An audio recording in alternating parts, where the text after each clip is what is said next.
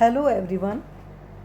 Today in carbonyl compounds, that is aldehydes and ketones, we will discuss about halogenation of enolizable aldehydes and ketones.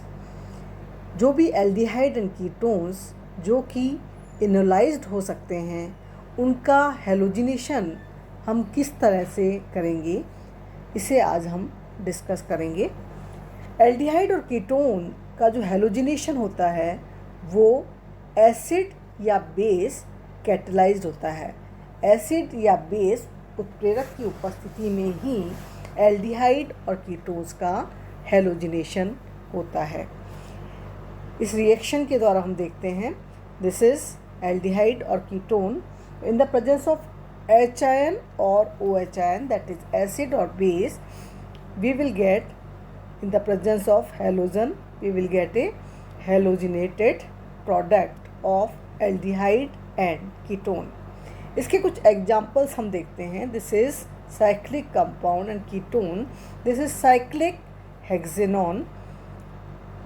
And जब इसकी हम bromination कराते हैं in the presence of acid तो alpha position पर bromine आ जाएगा और we will get a brominated product. Next इसका एग्जांपल अगर हम देखें, this is aldehyde, cyclic aldehyde in the presence of acid, इसका हेलोजिनेशन होता है in the presence of bromine और ये जो हाइड्रोजन है यहाँ हट करके एक ब्रोमीन आ जाएगा। इसी तरह से हमने यहाँ लिया है C6H5COCH3, this is acetophenone in the presence of acid and halogen. ये वाला हाइड्रोजन यहाँ से हटेगा and CH3 group will convert into CH2Br and we will get a halogenated product. इस रिएक्शन की अगर हम मैकेनिज्म देखें तो यहाँ हम एसिड और बेस जो यूज कर रहे हैं कैटलिस्ट के फॉर्म में, इसका पर्पज़ ये है कि ये एल्डिहाइड और कीटोन को इनोलाइज कर दे। इनोलाइज यानी इसकी इनोलिक फॉर्म बना दे। इनोलिक फॉर्म मीन्स इनोल यानी कि double bond and OH group अगर यहाँ पर आ जाएगा तो इस कारण से हम एसिड और बेस कैटलिस्ट का यहाँ पर उपयोग करते हैं, क्योंकि ये जो इनोलेट आयन होता है वही वास्तव में हेलोजन से रिएक्ट करता है। बेस और एसिड कैटलाइज्ड मैकेनिज्म जो है वो अलग अलग बताई गई है।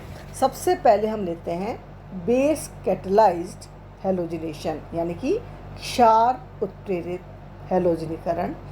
एक बेस की प्रेजेंस में इस रिएक्शन को हम देखते हैं तो इस तरह से लिख सकते हैं हम CH3COCH3 that is acetone in the presence of bromine and base लिया है हमने यहाँ पर, तो क्या होगा, ये हाइड्रोजन यहाँ से हट जाएगा and we will gate BrCH2COCH3। ठीक है, एक ब्रोमीन यहाँ पर आ गया और ब्रोमाइड आयन और वाटर मॉलिक्यूल यहाँ पर निकल गया है बाहर। इस रिएक्शन का जो रेट होती है, इस अभिक्रिया का जो वेग होता है, ये पाया गया है कि ये डिपेंड करता है एसीटोन और बेस की कंसंट्रेशन पर। Concentration of acetone as well as concentration of base पर डिपेंड करती है रेट ऑफ रिएक्शन, अभिक्रिया का वेग। और साथ ही ये ब्रोमीन की कंसंट्रेशन पर निर्भर नहीं करता है, ब्रोमीन की सांद्रता से ये अप्रभावित रहता है। तो हम इसकी रेट ऑफ रिएक्शन लिख सकते हैं, rate is equals to K concentration of acetone and concentration of base. इस आधार पर इस अभिक्रिया की जो मैकेनिज्म है वो इस तरीके से दी गई है कि एसीटोन रिएक्ट्स विथ बेस। ये जो स्टेप है this is a slow step और इस स्लो स्टेप में होता क्या है, इनोलेट एनायन बनता है। यहाँ पर यह हाइड्रोजन आयन यहाँ से हट जाएगा जिससे कि CH2 पर नेगेटिव चार्ज आ जाएगा, जिससे CH2 माइनस COCH3 और ये रेजोनेटिंग स्ट्रक्चर बनाता है जिसमें कि नेगेटिव आयन जो है वो यहाँ पर ऑक्सीजन पर भी आ रहा है और कार्बन पर भी आ रहा है। नेक्स्ट स्टेप जो है वो फास्ट स्टेप है जिसमें कि ब्रोमीन रिएक्ट करती हैं। ये स्टेप क्योंकि फास्ट है इसलिए रेट डिटर्मिनिंग स्टेप नहीं है, यानी कि ब्रोमीन की कंसंट्रेशन पर ये निर्भर नहीं करता और ब्रोमीन क्योंकि कार्बन पर आकर के यहाँ पर अटैच हो जाती हैं, क्योंकि कार्बन पर नेगेटिव चार्ज है, तो ये ब्रोमीन जो है इस तरह से टूटेगी कि Br+ जो है वो यहाँ पर आकर के अटैच हो रहा है। इस मैकेनिज्म का जो एविडेंस है वो ये है कि ब्रोमिनेशन की जगह अगर हम आयोडाइनेशन भी कराएं, यानी कि आयोडीन से रिएक्शन कराएं, तो भी ये आयोडीन की कंसंट्रेशन पर इंडिपेंडेंट होता है, यानी कि उस पर निर्भर नहीं करता। दूसरा एविडेंस ये है कि एसीटोन और बेस जो है उसकी एक निश्चित गिवन कंसंट्रेशन पर ब्रोमिनेशन और आयोडाइनेशन दोनों ही आइडेंटिकल रेट पर होते हैं, यानी कि समान रेट पर होते हैं। यदि हम ब्रोमीन लें या आयोडीन लें तो रेट ऑफ रिएक्शन जो है वो सेम रहेगी गिवन कंसंट्रेशन ऑफ एसीटोन और बेस के लिए। नेक्स्ट हम देखते हैं एसिड कैटेलाइज्ड हेलोजिनेशन, यानी कि एसिड की उपस्थिति में किस तरह से हेलोजिनेशन होता है, उसकी मैकेनिज्म जो है वो किस तरह से होती हैं। तो एसिड की प्रेजेंस में भी जो है हेलोजिनेशन हो जाता है एल्डिहाइड्स एंड कीटोन का। हम एक रिएक्शन देखते हैं, this is CH3COCH3 acetone reacts with bromine in the presence of acid. तो यहाँ से हाइड्रोजन हटेगा एंड BrCH2COCH3, यानी कि ब्रोमिनेटेड आपको कीटोन यहाँ पर मिल रहा है। इसकी मैकेनिज्म किस तरह से होगी, जो पहला स्टेप है this is a fast step. इसमें क्या होता है कि CH3 जो एसीटोन है, एसीटोन रिएक्ट कर रहा है किससे, Hb से, यानी कि एसिड से रिएक्शन कर रहा है फास्ट स्टेप में। तो जो एसिड का H आयन है वो आता है यहाँ पर ऑक्सीजन पर, यहाँ आ जाएगा ऑक्सीजन पर पॉजिटिव चार्ज। ये जो स्टेप है वो एक फास्ट स्टेप है, यानी कि it is not a rate determining step. Next step में क्या होता है कि ये रिएक्ट करता है, जो आपका एनायन है उस पार्ट से रिएक्ट करता है, और ये रिएक्शन जो होती है वो स्लो होती है। जिस रिएक्शन में क्या हो रहा है, इनॉल का निर्माण हो रहा है, क्योंकि इनॉल double bond and OH group step में बन रहे हैं। It is a slow step, and slow step जो है वो होती है आपकी रेट डिटर्मिनिंग स्टेप। तो ये जो है रेट डिटर्मिनिंग स्टेप में यहाँ पर क्या क्या इन्वॉल्व हो रहा है, एक तो जो एनायन पार्ट है वो इन्वॉल्व हो रहा है, और दूसरा आपका इनोलेट एनायन जो है यहाँ पर इन्वॉल्व हो रहा है। Next step is a fast step. इसमें जो इनॉल बना है, इनॉल जो है वो हेलोजन से रिएक्शन करता है। तो फास्ट स्टेप में हेलोजन आई है, यानी कि ये रेट डिटर्मिनिंग फैक्टर नहीं है, अभिक्रिया की रेट का निर्धारण, वेग का निर्धारण ये नहीं करती। इसकी कंसंट्रेशन से अभिक्रिया पर कोई फ़र्क नहीं पड़ेगा। देन इट रिएक्ट्स विथ, यहाँ पर रिएक्ट करता है ये ब्रोमीन आएगा कार्बन पर, यहाँ पर CH2Br और ब्रोमाइड आयन जो है यहाँ से बाहर निकल जाता है। नेक्स्ट स्टेप जो है वो भी एक फास्ट स्टेप है, जिसमें कि जो H आयन है यहाँ से बाहर निकलेगा और ब्रोमीन से रिएक्ट करता है, और आपको ब्रोमिनेटेड एल्डिहाइड या कीटोन जो भी है आपका कार्बोनिल कंपाउंड यहाँ पर मिल जाएगा। So this is mechanism for acid promoted by bromination of acetone. जो एसिड कैटेलाइज्ड रिएक्शन होती है, अम्ल से जो उत्प्रेरित अभिक्रियाएं होती है, उनमें क्या होता है कि जो मोनो हेलोजिनेटेड प्रोडक्ट बनता है उसे हम सेपरेट कर सकते हैं, उसे सेपरेट करना पॉसिबल होता है, क्योंकि जो सेकंड हेलोजन उसमें एंटर करता है, सेकंड हेलोजन जो उसमें प्रवेश करता है, वो पहले हेलोजन की तुलना में कम गति से होता है। जबकि जो बेस कैटेलाइज्ड रिएक्शन है उसमें प्रत्येक हेलोजन जुड़ने के बाद में अभिक्रिया की गति जो है वो बढ़ जाती है। इसलिए हमें सिर्फ वो ही प्रोडक्ट प्राप्त होता है जिसमें सभी अल्फा हाइड्रोजन जो है वहाँ से विस्थापित हो जाते हैं। जैसा कि हम इस रिएक्शन में देखते हैं, this is 3 pentanone, that is CH3CH2CO CH2CH3। जब ये एसिड की प्रेजेंस में हेलोजन से रिएक्ट कर रहा है, क्लोरीन से रिएक्ट कर रहा है, तो क्या होता है, हम क्या प्राप्त कर सकते हैं, जबकि एक अल्फा हाइड्रोजन यहाँ से निकला है सिर्फ ये, we will get 2 chloro 3 pentanone, ये हम पृथक कर सकते हैं। जबकि in the presence of base, base की प्रेजेंस में अगर ये रिएक्शन कराएंगे तो हमें प्रोडक्ट कौन सा मिलेगा, जिसमें कि सारे ही अल्फा हाइड्रोजन विस्थापित हो चुके हैं। किससे?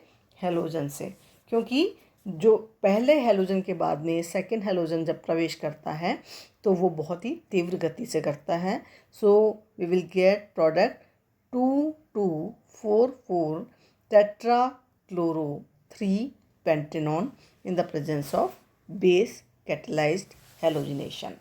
लेकिन अगर हम यहाँ पर मिथाइल कीटोन ले रहे हैं तो मिथाइल कीटोन में लेने के बाद अगर बेस कैटेलाइज हैलोजिनेशन कराएंगे तो हमें क्या, ट्राई हैलो कीटोन प्राप्त होगा। ट्राई हैलो कीटोन हमारा लेकिन इस केस में जो है वो अलग नहीं होता है, बल्कि ये जो है फिर से ट्राई हैलो कीटोन बेस से रिएक्शन कर लेता है और बेस से रिएक्शन करके क्या बनाता है, ये hello form, that is CH3CHBr3। यहाँ बेस से रिएक्शन करता है और यहाँ पर बन जाएगा आपका पोटेशियम सॉल्ट बनेगा एसिड का, और दूसरा CHBr3 that is hello form बनता है। This is bromo form. इसलिए इस रिएक्शन को हम क्या कहते हैं, हैलो फॉर्म रिएक्शन, जो कि बहुत इंपॉर्टेंट रिएक्शन है। हैलो फॉर्म रिएक्शन भी इसको कहते हैं। साथ ही बेंजल्डिहाइड और बेंजोफिनोन ये इस अभिक्रिया को नहीं देते हैं, क्योंकि इन दोनों केस में क्योंकि साइक्लिक कंपाउंड है तो हैलोजिनेशन जो है वो यहाँ पर रिंग में होता है। अब हम देखते हैं, ये तो हैलोजिनेशन और उसकी मैकेनिज्म थी। अब हम देखते हैं कौन कौन से अल्फ़ा बीटा अनसैचुरेटेड एल्डिहाइड और कीटोन होते हैं, उनका जस्ट हम थोड़ा सा इंट्रोडक्शन देखते हैं। तो जनरल पॉइंट्स में अगर हम देखें तो जब एक कार्बन कार्बन डबल बॉन्ड जो है वो, हम देखते हैं कि कौन कौन से एल्डिहाइड्स एंड कीटोन जो हैं वो alpha beta unsaturated aldehydes and ketone हैं। उनका हम जस्ट थोड़ा सा इंट्रोडक्शन पार्ट देखते हैं।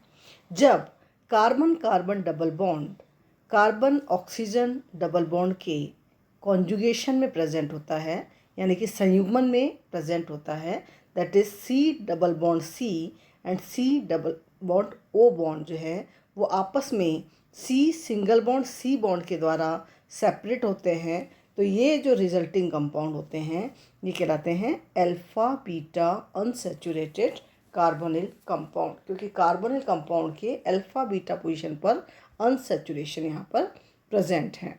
तो कुछ important alpha beta unsaturated carbonyl compounds को हम देखते हैं, उन्हें उनका जो जनरल नेम है वो भी इम्पॉर्टेंट है, उससे उनका स्ट्रक्चर भी आपको याद करना है। सबसे पहले हम देखते हैं alpha beta unsaturated aldehydes, that is ये एल्डिहाइड ग्रुप है CH2 और इसके यहाँ पर अल्फ़ा बीटा अनसैचुरेशन है। सबसे simple compound this is CH2 double bond CH CHO, ये कंपाउंड कहलाता है एक्रोलीन और ऑल्सो नोन एज एक्र एल्डिहाइड। इसी तरह से अगर ये हाइड्रोजन हटा दिया जाए, उसकी जगह CH3 ग्रुप हम यहाँ पर लगा रहे हैं, then it is CH3CH double bond CH CHO, this is crotonaldehyde. और इसे हम क्या कहते हैं, 2-ब्यूटिनल। 2-ब्यूटिनल क्यों? क्योंकि यहाँ पर 1 एंड 2 पोजीशन पर डबल बॉन्ड है, सो इट इज़ 2-ब्यूटिनल। इसी तरह से अगर ये CH3 ग्रुप की जगह यहाँ पर हमने लगा दिया C6H5 ग्रुप, फिनाइल ग्रुप यहाँ लगा दिया हमने, दिस इज़ सिनेमैल्डिहाइड। और सिनेमैल्डिहाइड का दूसरा नाम IUPAC नेम क्या है, यहाँ पर 1, 2 एंड 3 पोजीशन पर 1, 2 एंड 3 पोजीशन पर फिनाइल ग्रुप प्रेजेंट है, so it is 3 phenyl. And अब यहाँ पर 3 कार्बन हो गए, सो इट इज़ प्रोपीनल, क्योंकि यहाँ पर डबल बॉन्ड है, दिस इज़ 3 फिनाइल प्रोपीनल। इसी तरह से कुछ अल्फ़ा बीटा अनसैचुरेटेड कीटोन्स के हम एग्जांपल देखते हैं। दिस इज़ कीटोनिक ग्रुप और यहाँ पर जो है डबल बॉन्ड प्रेजेंट है, this is alpha beta unsaturation. तो दिस इज़ यहाँ पर क्योंकि मिथाइल ग्रुप है और इस ग्रुप को हम क्या कहते हैं, विनाइल ग्रुप है, तो so it is methyl vinyl ketone. और IUPAC नेम क्या हो जाएगा इसका, क्योंकि इस पर 4 कार्बन है, सो ब्यूट आएगा यहाँ पर, और डबल बॉन्ड है तो ईन आ जाएगा, और पोजीशन बताएंगे हम सी डबल बॉन्ड ओ की। सो इट इज़ 3, यहाँ से नंबरिंग स्टार्ट करेंगे 1 2 3, 3 ब्यूटेन 2 ऑन। इसी तरह से नेक्स्ट कंपाउंड हम देखते हैं इसका अल्फ़ा बीटा अनसैचुरेटेड कीटोन का। यहाँ पर CHO ग्रुप और यहाँ अल्फ़ा बीटा अनसैचुरेशन, और यहाँ हमने लगा दिया CH3 group. This is mesityl oxide. और इस तरह का कंपाउंड जिसमें कि यहाँ C double bond O group present है, और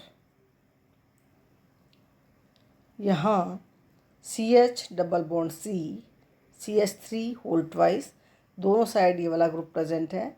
this is known as phorone. इसका अगर IUPAC नेम हम देखें तो यहाँ पर क्योंकि टोटल कार्बन है कितने 7, दिस इज़ 1 2 3 4 5 6 7 कार्बन की एक लॉन्ग चेन है, और 2 CH3 ग्रुप जो है वो मिथाइल ग्रुप के रूप में प्रेजेंट हैं। साथ ही 2 यहाँ पर डबल बॉन्ड है और 4 पोजीशन पर C डबल बॉन्ड O है। तो नंबरिंग करेंगे हम यहाँ पर 1 2, एक CH3 ग्रुप है 2 पोजीशन पर, दूसरा CH3 ग्रुप है 6 पोजीशन पर। So it is 2 6 di methyl, 2 और 5 पोजीशन पर डबल बॉन्ड है और 7 कार्बन्स हैं। सो इट इज़ 2 5 हेप्टाडाइइन, और 4 पोजीशन पर C डबल बॉन्ड है। So it is 4 on. और इसे जनरल हम क्या कह देते हैं, लास्ट में जो है इसका 4 ऑन, इसका नाम जो है वो 4 ऑन। इसी तरह से एक और कंपाउंड हम देखें, एक और कीटोनिक कंपाउंड हम देखें। यहाँ पर अल्फ़ा बीटा पे अनसैचुरेशन है और इसके बाद यहाँ पर फिनाइल ग्रुप है। तो दिस इज़ बेंजाइल एसीटोन। इसका एसीटोन का डेरिवेटिव मानते हैं, ये एसीटोनिक ग्रुप है। और यहाँ से हमने क्या लगा दिया, C6H5 CH2 ग्रुप मानते हुए इसे लगा दिया। So it is benzyl acetone. और IUPAC नेम अगर हम इसका देखें, देन इट इज़ नंबरिंग हम करेंगे इस कंपाउंड की 1 2 3 4। सो 4 फिनाइल, 3 पोजीशन पर डबल बॉन्ड है और टोटल 4 कार्बन यहाँ हैं। तो 4 फिनाइल 3 ब्यूटीन और 2 पोजीशन पर C डबल बॉन्ड O है 2 ओन।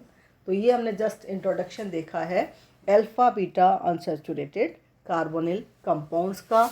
अब नेक्स्ट लेक्चर में हम इनकी रिएक्शंस देखेंगे कि कौन कौन सी रिएक्शन ये देते हैं।